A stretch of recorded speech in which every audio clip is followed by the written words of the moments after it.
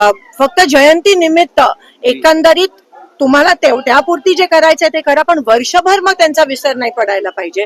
वर्षभर त्यांचे विचार कसे अंमलात आणायला पाहिजेत. आणि आता खरं तर या देशाला वाचवण्याचं, संविधान वाचवण्याचं, ज्यांनी जातपात धर्म नष्ट करण्याचं त्या ठिकाणी वचन घेतलं, आज तीच लोक जर ह्या चौकटीत अडकून सत्ताधाऱ्यांना मदत करत असतील तर आपल्याला त्या ठिकाणी आत्मपरीक्षण करण्याची गरज आहे. ताई, सामाजिक कार्यकर्त्या अंजली दमानिया यांनी नाशिकचे आयजी जे आहेत दत्ता कराळे यांचा व्हिडिओ ट्विट केलेला आहे, जो की खरात बाबा सोबत आहे.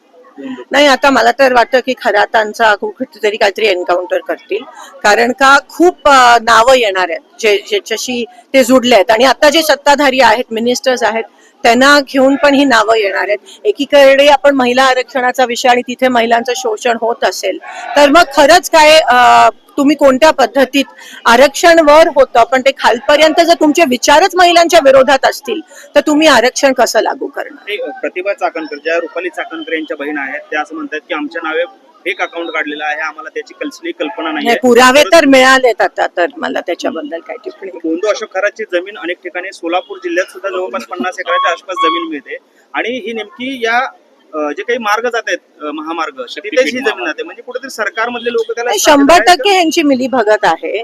आणि अजूनही मला असं वाटतं काही त्यांना पुरावे बाहेर येणार आहेत, पण मी तुम्हाला सांगते त्याआधी त्यांचं काहीतरी हेच लोक करवतील अशी मी शंका व्यक्त करते. थँक्यू.